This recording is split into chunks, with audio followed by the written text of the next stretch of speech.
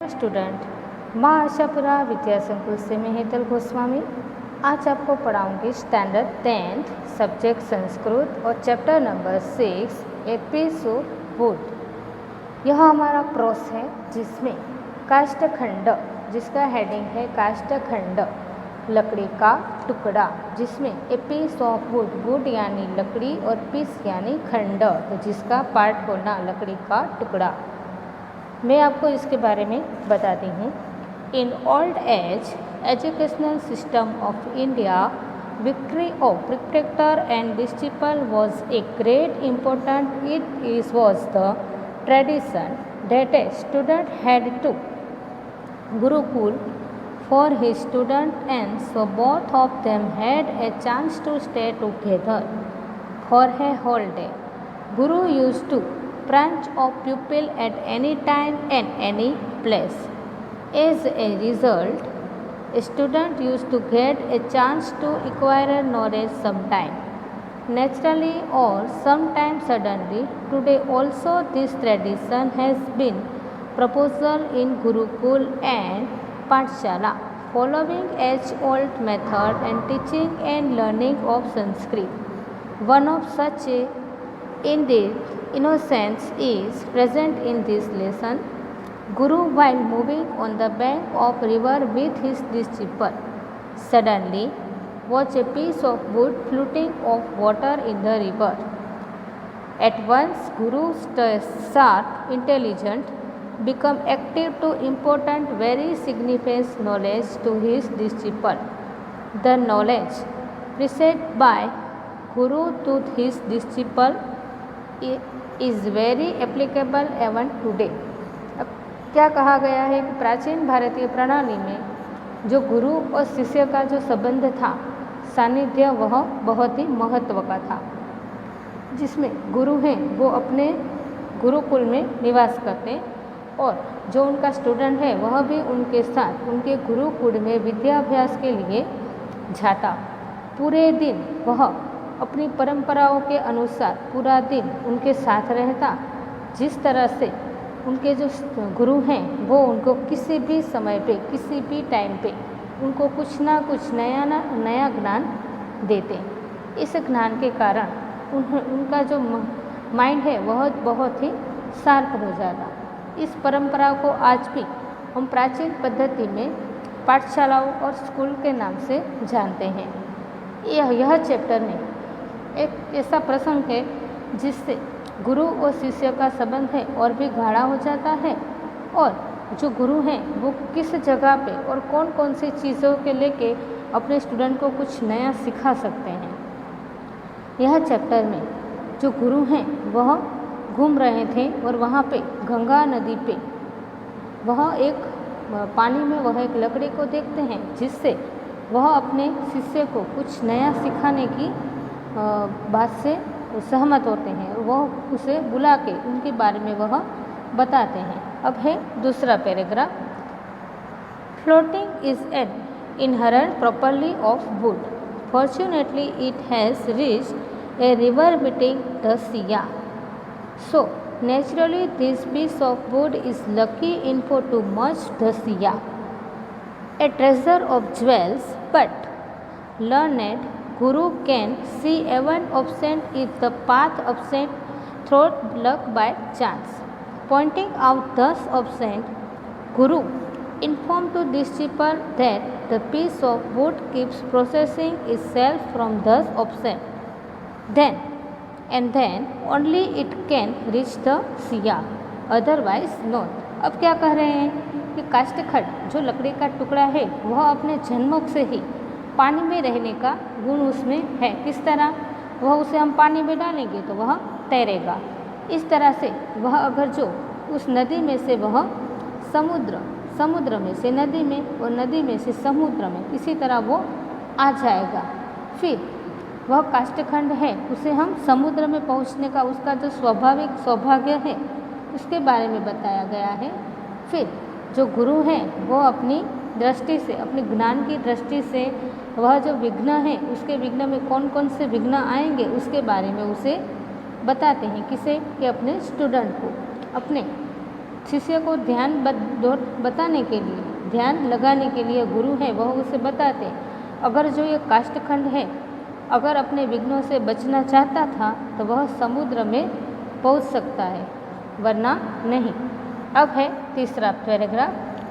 Here Guru has used beautiful motherhood by imagining a man as a piece of wood and thus presented his disciple in a very single way. Guru perceives that a man who severed himself from four kind of otherwise enriching in this life can only have to chance to reach the ocean of happiness. मानवी काष्ठखंड की तरह मानवी है, उसको गुरु हैं, वह काष्ठखंड की लकड़ी की उपमा देके उस स्टूडेंट को बताते हैं कि मुझे उपदेश देते हैं कि गुरु को उपदेश है कि मानवी है वह अपने जीवन में 4 विघ्नों से अगर अपने आप को बचा ले तो वह भी अपने जीवन में सुखरूप समुद्र का सौभाग्य है वो प्राप्त कर सकता है। अब हम आपको इतना समझ में आया होगा और अब हम आगे का चैप्टर स्टार्ट करते हैं, जिसका पहला पैराग्राफ गंगा तीरे एकः गुरुः शिष्येण सह वर्तमान आसीत् स जलप्रवाहेण नियमानं कंचनं काष्ठखण्डं दर्शयन् शिष्यमाह अयं जलप्रवाहेण सह समुद्रं प्राप्स्यति परन्तु गगनमार्गे तीरे संलग्नता धाराधिकेन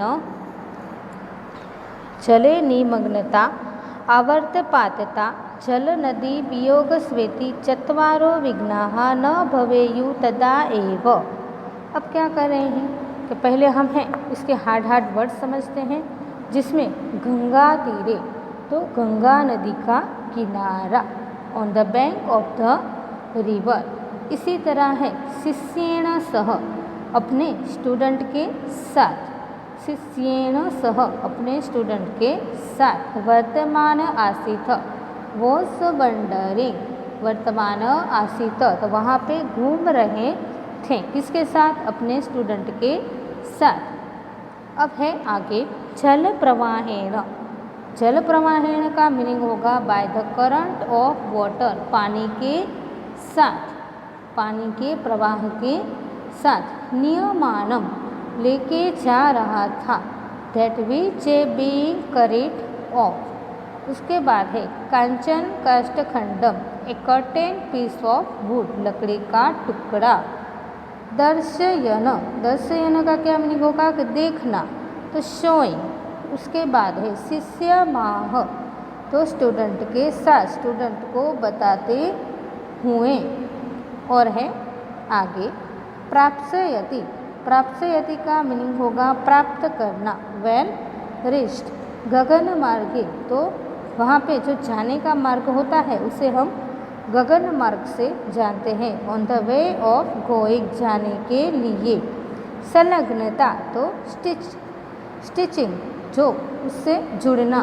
धाराधिकेन, तो उसका जो वेट होता है उसके आगे, उसके कारण।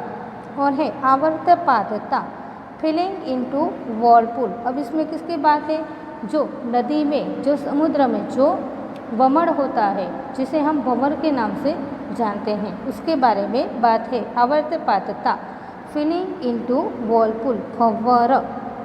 नदी जल वियोग, separation from water of river, जो पानी का जो वो नदी जो होती है वो जहाँ से विखुटी, वहाँ जहाँ से वह अलग होती है उसकी बात है।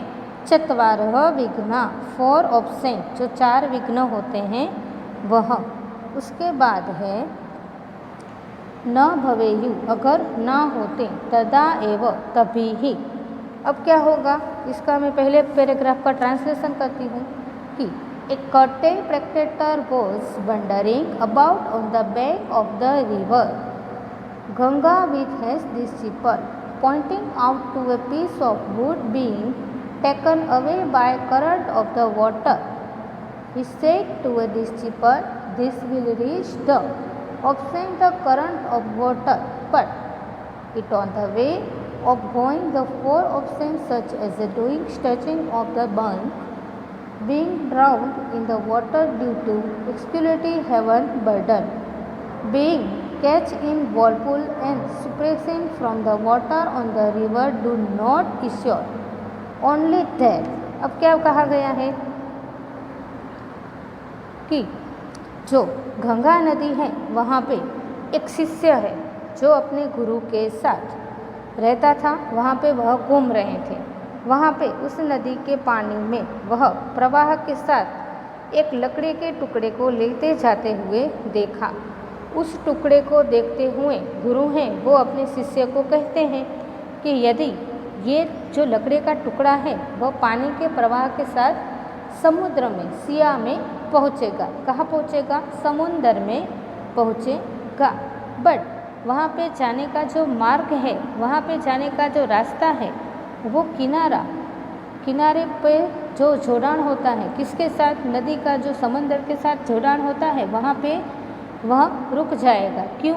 कि अगर जो लकड़ा है वो ज़्यादा देर तक पानी में डूबा रहेगा, पानी में ही रहेगा तो वो डूब जाएगा, तो उसका जो वेट है वो बढ़ने के कारण वो डूब जाएगा।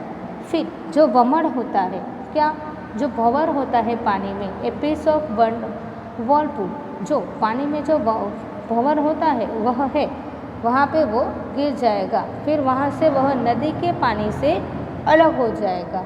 इस तरह से अगर वो 4 विघ्न हैं वह उस लकड़े के जीवन में ना आए तो कौन कौन से 4 भंवर, कौन कौन से 4 विघ्न? तो पहला है कि उसका जो मार्ग पे से जो उसका किनारे से जुड़ना है उसकी बात है, पहला विघ्न वह।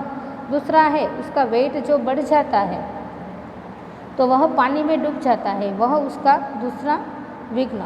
तीसरा है जो भंवर होता है पानी में उसके अंदर उसका चला जाना, वो तीसरा विघ्न है। और चौथा विघ्न है उस भंवर से भी अगर वो बच जाए तो जो नदी का जो पानी है उससे वह अलग हो जाएगा।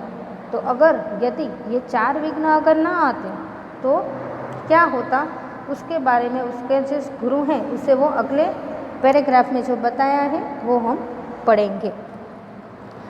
आगे का पैराग्राफ में पढ़ रही हूँ कि गुरुरग्रे उपदिशति शिष्यं वयं सर्वे मानवाः अपि काष्ठखण्डा इव अस्माकं जीवनमेव नदी परिवारः प्रवाहरूपः तत्र स्नेहरूपं जलं वहति स्वकीये परिवारे जीवनं जीवन्तः काष्ठरूपा वयं सुखपूर्ण संसाररूपं समुद्रम् अवश्यं प्राप्तुं शक्नुं यदि चत्वारो विघ्ना न भवन्ति।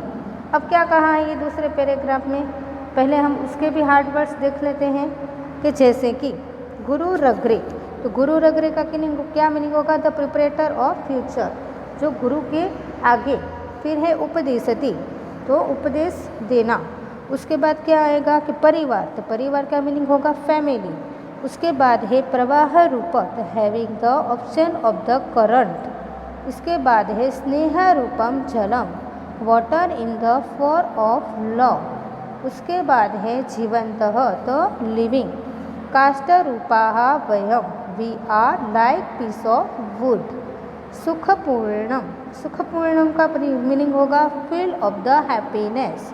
प्राप्तुम, प्राप्तुम का मीनिंग है टू रिच। शक्नुमः, तो वी आर एबल। अब इसका जो मीनिंग है जिसमें पहला है कि गुरुरग्रे, तो गुरु के आगे। उपदेशति, तो उपदेश देना, उपदेश देते हैं। काष्ठखंडा एवं, जो लकड़े के टुकड़े हैं उनके जैसे ही। जीवनमेव, हमारा जो जीवन है उसे लकड़े के रूपक के द्वारा बताया गया है। परिवारः प्रवाह रूप, परिवार है वो प्रवाह रूप है।